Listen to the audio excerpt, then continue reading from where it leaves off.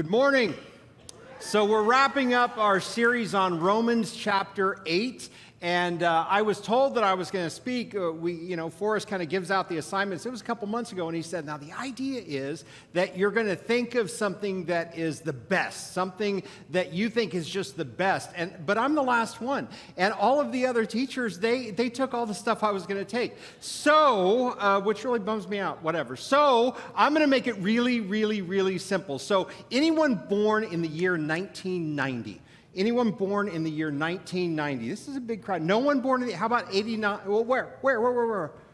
Okay, can you stand up? Just real quick. I'm going to embarrass the heck out of you. Okay, what fast food franchise is known for the Golden Arches? Yeah, excellent. Come on up. Yeah, you won a brand new car. No, just come up. I'm going to give this to you. I'm going to give this to you because I love you. So what is your name? Joseph. Joseph, you are getting a McDonald's gift card. Oh, sure, you can come all the way up. A McDonald's gift card is $10. Yeah, well, it's my pleasure. I attached the receipt for that in the back. The reason is I don't trust McDonald's. So before Joseph, my friend, was born, McDonald's sold French fries that were like manna from heaven. These French fries were amazing, but right after Joseph was born, when his mother was holding him in her hands, McDonald's decided to change things, and here's what happened. In 1990, this guy named Phil Sokoloff had a heart attack. Now, Phil was pretty well connected politically, and he was in the hospital, and he said, you know what? I know why I had a heart attack. It's because of all the fast food I ate. And it's not my fault, it's the fast food restaurants. They are the ones that caused my heart attack. So he decided in the hospital he was going to go on this nationwide campaign to change the way fast food restaurants cook their food. Before Joseph, McDonald's used rendered beef fat to fry their French fries. Oh, that's good stuff. Because French fries then were amazing. Joseph, you never got to experience it, but I did, and oh, I loved it. But when Phil Sokoloff started his campaign trying to convince these fast food franchises to change the way, McDonald's actually bought into it. It was like the end of the world. And instead of using rendered beef fat, McDonald's said that they were going to use vegetable oil, which had no cholesterol. Therefore, their food was going to be healthier. People don't go to fast food restaurants to eat healthy. We go because it's a sinful pleasure. We'll cut a few days off our life to eat McDonald's, right? But they changed it, and now the French fries taste so much different. Phil died, had another heart attack and died. May he rest in peace. And we still have lousy French fries.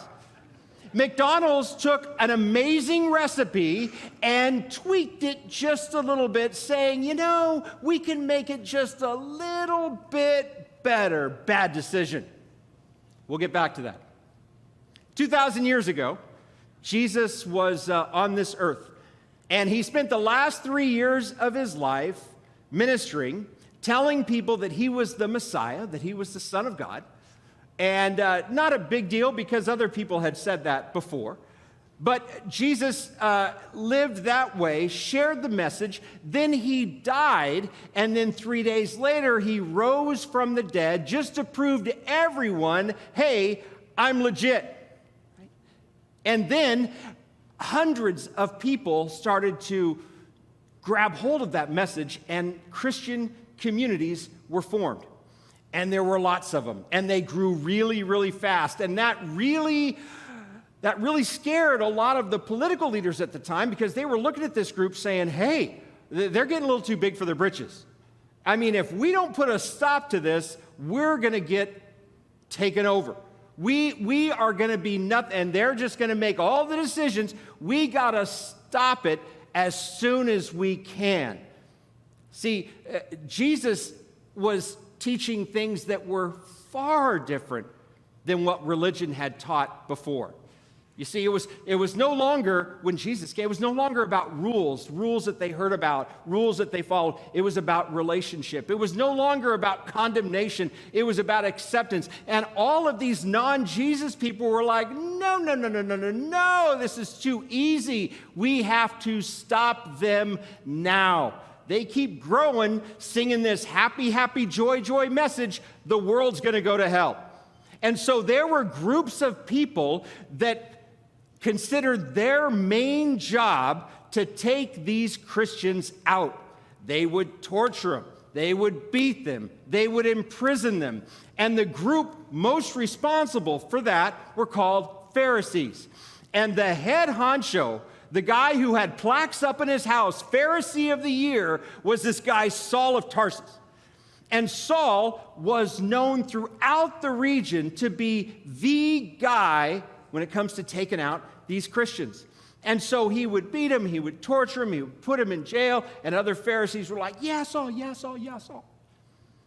But one day, as he was transporting some prisoners to Jerusalem, he was on this road, the Damascus Road, and this huge white light just fell on him and knocked him to the ground. And this voice from heaven, God, said, Paul, that's going to be your name. Paul, I like your dedication. Your style needs a little work. However, all of the things that you have been doing, all of the beatings that you have done to Christians, all of the Christians that you've imprisoned, you're doing it and you're wrong. My message is true. I sent my son to save the world. And from this moment on, you aren't going to be Saul, you're going to be Paul, and you're going to be working for me. And at that moment, Saul, now Paul, made a 180. And he spent the rest of his life preaching the message of Jesus. And he would start these Christian communities all over the place. And he did a great job, even when he was beaten and tortured and put in prison. Because remember, he used to work for the Pharisees. Now he was like public enemy number one. They wanted to take him out. He was a traitor. And so even while he was facing death, he would do his best to keep these Christian communities going. And so what he would do is he would write letters. And he would write letters to people that he knew. He would write, a letter to George in Philippi. And just, check in. Hey, how are things going? He would write to Timothy, his understudy. And that's where we get the book of Timothy. He'd write to his buddies in Corinth. He knew them, Harry and Judy and whatever. He'd write to them. Sometimes he would write letters and he was ticked. Because a lot of people in these Christian communities, these converts, Gentiles who had become Christians, Jews who had become Christians, they were kind of messing with the message. They were changing the recipe. They were saying, yeah, the Jesus message is good, but you may want to do this and this and this also. They were messing it up. And Paul would write to them and say, listen, keep it simple. You don't have to add anything. You don't have to take anything out. Just teach the Jesus message. So he would write these letters, but one letter, the one we've been looking at the past few weeks, was to Christians in Rome, primarily Gentiles who were facing a lot of persecution because Paul was actually raised in a Gentile family. He understood them, but he didn't know exactly who that letter was going to go to. He hadn't been to Rome. He was planning a trip to Rome if he ever got out of jail, but he didn't know them. So he wrote this letter, not really sure who was going to get the letter, but man, he hoped that the right people got it. Have you ever got a text from someone that was like intended for someone else? Like your number is 1604, and they must have thought it was like 1605. And you get this text, and it's like, hey, don't forget the sour cream at the store. And then you say, what do you say? You say, oh, wrong number, and they go, oh, my bad, LOL, right? Or one I got is a picture, and it says, honey, do these pants make me look fat? When you say fat, what do you mean? I'll answer him. I'll have fun with it. One of my good friends is actually a Tulare County supervisor, Amy Shuckling, and we've been friends for a long time. And somehow, out of the blue, I'm just minding my own business, I get a series of texts, and let me just tell you, it was a glorious day for me. It was so much fun. I took screenshots, and I thought that it may be fun to share them with you this morning. So, minding my own business, and I get this text. Ms. Shuckling, my name is Dave. And a lady at the county office gave me your number. She said that you could help with a problem I'm having. I'm sorry, I think you may have the wrong number. That's what I said. She wrote your number down on a piece of paper and gave it to me 5 minutes ago. She said I should text you first in case you were in a meeting. So unless your staff can't remember your contact information, I'm pretty sure I have the right number. I had a decision to make here. And I was feeling kind of squirrely. So, my mistake, Dave, how can I help? It was election time, right? I got to serve. So he said, great. My car was severely damaged 2 weeks ago when I hit a pothole near the corner of Acres and Goshen. According to a map I pulled up on the county website, that's part of your district, correct? I said, you know your political geography, Dave, but your spelling is a little weak. Pothole is actually just one word. No big deal. Please continue. It was a glorious day. Thanks for that, but I'm not here for a spelling lesson. I called City Hall about it, and the person I spoke to was rude and very disrespectful. She said she couldn't do anything about it. I totally understand. City Hall is a nightmare. I can't believe some of those people are still employed. Who was the person you spoke with? I would rather not give out her name. Was she wearing a name tag? I have no idea. It was a week ago. Whatever, I'll figure it out later. Dave, one quick question before we go any further. Are you registered to vote? Yes, I'm registered to vote. What does that have to do with anything?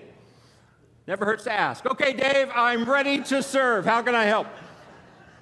Someone needs to fix my car now. I don't care if it's the city, the county, or the state, but my patience is wearing very thin. I'm very frustrated. Trust me, I know how you feel. I haven't hit one decent drive all day. Do you golf, Dave? You're golfing right now? It's 9 a.m. on Wednesday and you're on the golf course? What are we paying you for? Honestly, Dave, I have no idea, but it's beautiful out here. Listen, if my car isn't completely repaired next week, I will call my attorney. Who's your attorney, Dave? I've never really liked attorneys, but it's always good to know a few in case things get messy. Actually, I'm playing with 3 lawyers right now. Are you serious? LOL, totally joking. There's no way I'd be caught dead with 3 attorneys on a golf course. That's it. I'm done. You've been absolutely no help.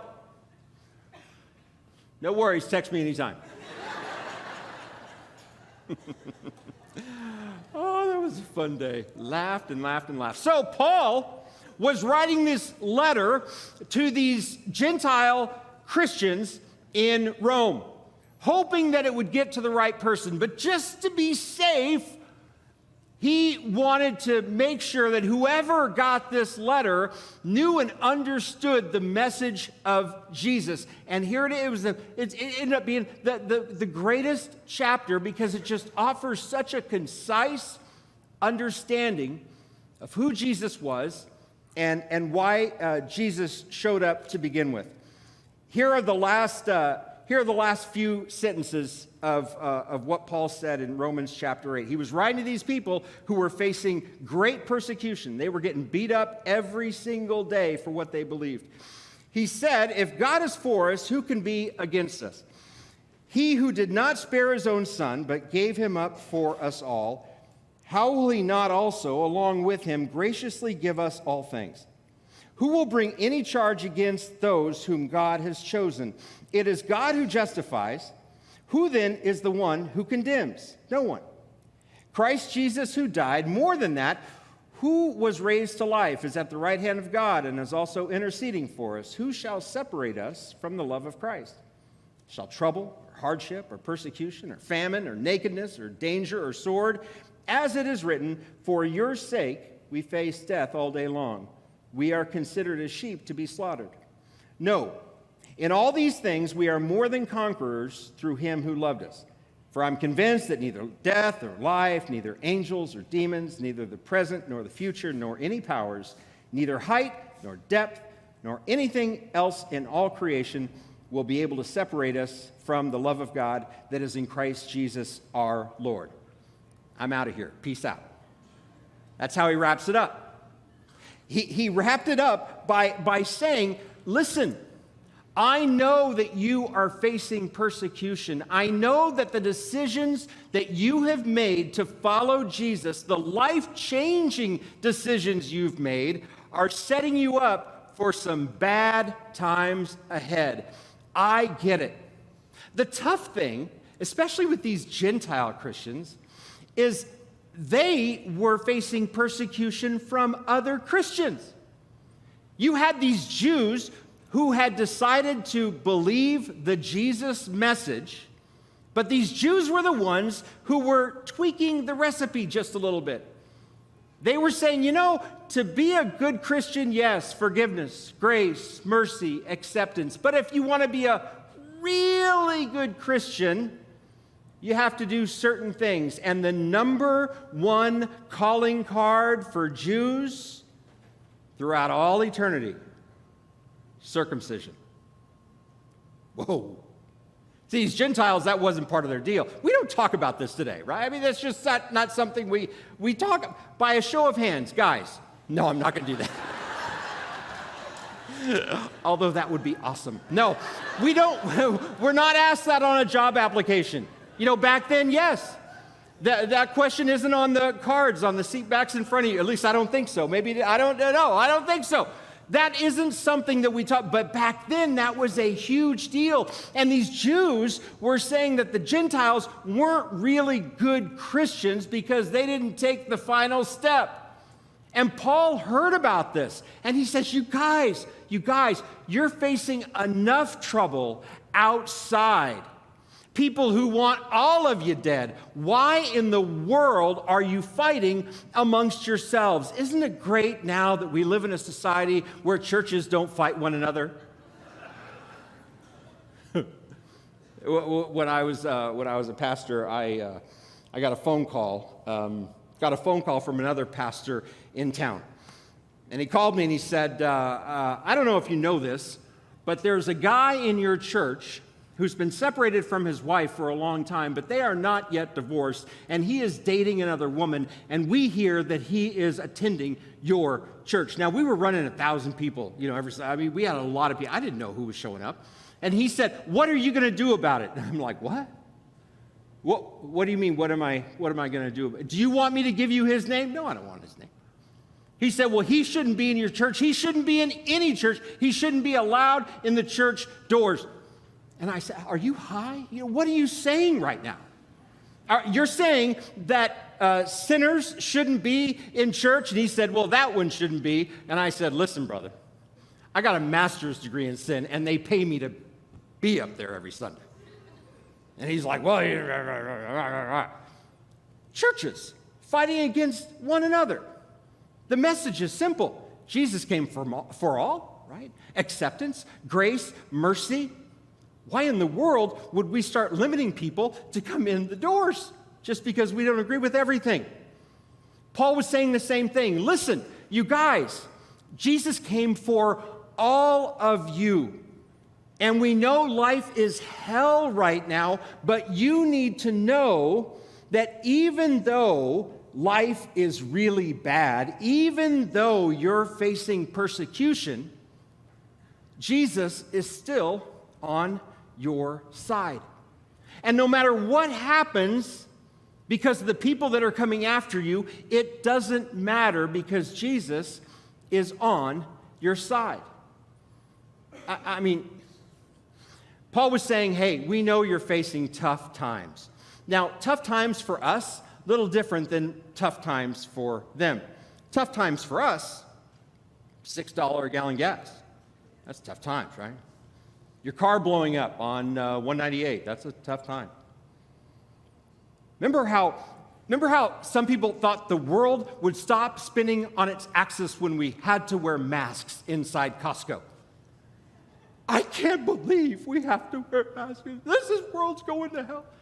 I'm not going to wear a mask to get my 20-pound bag of shrimp tempura. I mean, people were just so, Facebook, it was just crazy. No, that's not tough time. That's not tough times. The tough times are knowing that you're going to die because of the decision you make to follow Jesus. That's where they were. They were saying, hey, we're doing what you told us to do, yet we are facing death. Why are so many bad things happening to us, good people? Question that's been asked for centuries. When we really started to grow as a church, we had to staff up. I mean, we were getting too big, and we needed to have more people coming on board to handle this, to handle certain things that needed to happen. And we were downstairs in the convention center, and upstairs there was our children's department. And right in the middle of the kids' department was this little tiny church, I don't know, 30, 40, 50 people. And it was called Journey Church, and it was led by this kid named Joel. A great guy. And I'd go up there and I'd apologize. Hey, sorry it's so loud. And he'd be like, hey, it's all good. And we formed a relationship. And at one of our staff meetings, I have all these little books that I took all my notes in, and I wrote this. I pulled one of them out. And we were talking about staff and people we should hire. And I wrote down, hire Joel Headland ASAP. Smart, visionary, tech wizard, sold out for God. And we did hire him, and he was awesome. And he went 100 miles an hour. He never stopped. He did some amazing things. He convinced me to trade my BlackBerry in for an iPhone. He said, Darren, it will change your life, right? And he did ministry with us for a handful of years. And then 6 years later, diagnosed with glioblastoma, dies. And all of us are like, what the hell? I mean, why is that happening to a person like him? But he died in peace, He died in peace because he had just committed his life to God for years and years and years. And he knew that the end wasn't really the end. However, we looked at it and we were like, oh my gosh, why is this happening? Paul knew that all of these people who had made the decision to follow Jesus were facing incredible persecution and that they didn't understand. Paul was saying that when your horizontal world is falling apart, when things all around you are blowing up, when you're facing incredibly tough times, that's when you need to remember the importance of the vertical relationship that you have with God. And if you don't have a relationship with God, and you're not a Jesus person, let me just tell you that it's life-changing. Because all of us are going to face the horizontal world. But true peace comes in knowing who's the winner. True peace comes in having that vertical relationship. Will things stop getting bad? No. And if you go to a church that says that, run. People will still die. The mortality rate has never changed. It's still 100%. I mean, for some, it happens sooner. For some, it happens later. People are going to die. Good people are going to face lousy stuff. But Paul is saying, listen, despite the bad stuff that you are facing, you're going to be okay in the end. And he even goes back to a verse in the Old Testament. It says, as it is written, for your sake, we face death all day long. We are considered as sheep to be slaughtered. Anyone raise a sheep in like 4-H or FFA? Okay. Did you name your sheep? You did. That's a bummer. Because sheep don't get old. There is no quail park for sheep. There are no sheep bowling leagues. There's not a sheep bingo league, right? Sheep don't get old. Sheep die. Sheep life expectancy, about 12, 13 years, like a dog. Some make it to 5, and that's why we have wool blankets. Most, a year. because we use them for stuff, and that's when it happens. These sheep are born in order for us to use them for another purpose, and it doesn't last very long. And Paul is saying, I get it. I know that you feel like you're sheep that are just getting set up to be slaughtered. I get it. You are sitting ducks. I get it. He was probably writing from a prison cell when he wrote it. But he said, listen, the message of Jesus is that he would never leave us. He would never forsake us. No matter how bad things get, Jesus isn't going anywhere. And that was a huge message for people who had lost all hope. People who didn't know what tomorrow would bring. And you know, every Sunday when I'm here, I'll have a conversation or two with someone who's like, hey, I don't know what's going to happen tomorrow. I have no idea what is going to happen tomorrow, but I think it's going to be really, really bad. This is coming down the pike. I should know in about a week. I have no idea how I'm going to handle it. Because when you're facing hell, it's tough to think about heaven. It's true. But Paul even goes one step further. He says, I know that you feel like you're sheep that are going to be slaughtered. I know that you're sitting ducks. I know, but God is with you. But then he even goes one step further, and this is crazy. He says, in all things, we are more than conquerors through him who loved us. Nothing will be able to separate us from the love of God that is in Christ Jesus our Lord. Okay, conquerors is more than just winners. Conquerors are like ultra winners. Conquerors are like, hey, we're taking out this city. We are the big winners. There's going to be no question on anyone's mind how strong we are. When I think about conquerors, I think about what happened last month in the Kentucky Derby. I think about this horse, Rich Strike.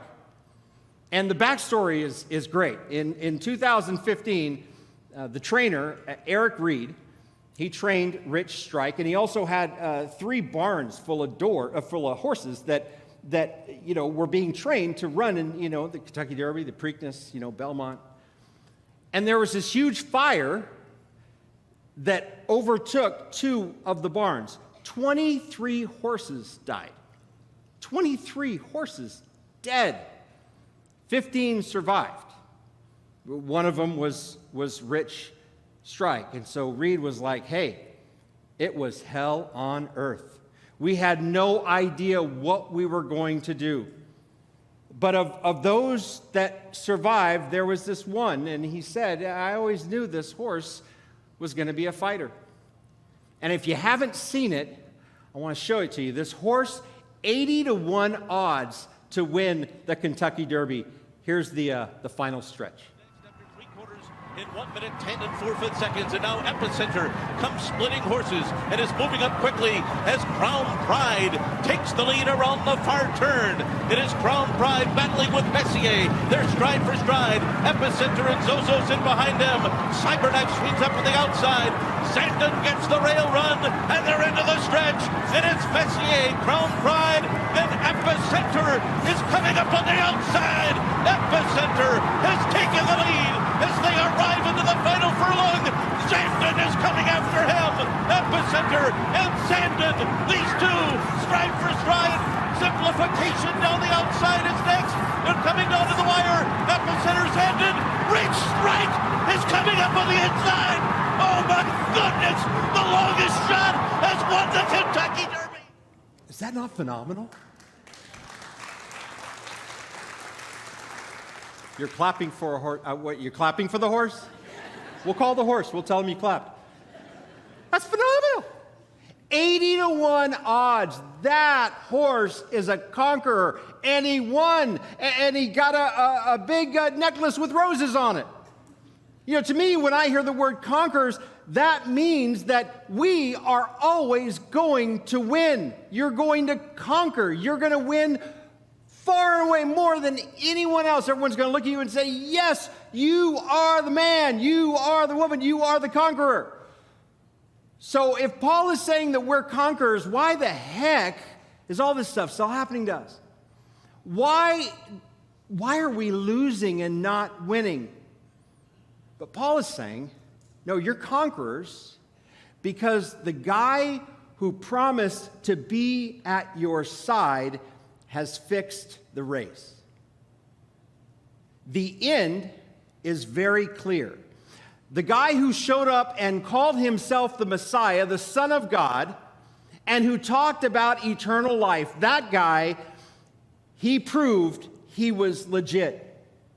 And when you're going through whatever kind of hell you're going through, you want to know that the person at your side is the winner. You want to know, guaranteed, that you are going to have an advocate with you every step of the way. I have been in hospital rooms with people who were not believers, who didn't have that knowledge that there was someone by their side, and it's a much different experience than those who have the faith that Paul was talking about. Yes, you are going to face persecution. Yes, life is going to be hell. Yes, you are going to die. But the same is true for you as it is for everyone else, whether they're in church or not. Jesus came for you. Black, white, gay, straight, Jew, Gentile, doesn't matter. Everyone was given the same promise. Paul was saying that to them, and the great thing about these books in the New Testament is that he was saying the same thing to us. There's this great imagery in the Bible about doors. The doors are talked about in the Old Testament and the New Testament. And in Jewish times, people would write on parchment paper. They would write these words that are still in the Old Testament. It says, "Hear, O Israel, the Lord our God, the Lord is one. Love the Lord your God with all your heart, with all your soul, and with all your strength." And then that parchment paper was rolled up and it was put in this tube. And it was put in the tube, and on the tube, the little cylinder, it would say El Shaddai, which translated means guardian of the doors of Israel. And the reason it was put on their door is to remind them all the time God was there. God was at that door, separating them from the uncertainty on the outside. That was a promise that they held on to. They wouldn't let go of it. And then in the New Testament, Jesus says, I'm the shepherd. I'm at the gate. I am between you and uncertainty, whatever's on the other side. And that message is true today. Leaders in the civil rights movement, they needed that promise. Thousands of men who were POWs in Vietnam, they needed that promise. People whose marriage is hanging by a thread, they need that promise. Parents who bury their kids, they need that promise. See, based on my abilities, I can't get through that door by myself. I can't. I cannot get through that door by myself. My strength to face whatever it is on the other side is because of the one who stands at the door and says, I am here. The message is different every single week. I'm going through this, or I'm going through that, or I'm going through this, or I'm going through that. Our job as a church community is to surround those people and say, the same God who is standing by me is standing by you. And if we miss that message, we've missed it all. I need that promise. You need that promise. And hopefully, that promise is what you needed this morning. So let's pray. God, we know that we don't deserve your love. We don't deserve your grace, but crazy as it sounds, you still offer it. And for that, we are so thankful. I pray for whoever is facing whatever this morning, whether it's a big deal or a small deal, whatever they're struggling with, I pray that you remind them of that promise. Thank you for your love. Thank you for giving us a church community that can love on one another. And it's in your Son's name we pray. Amen.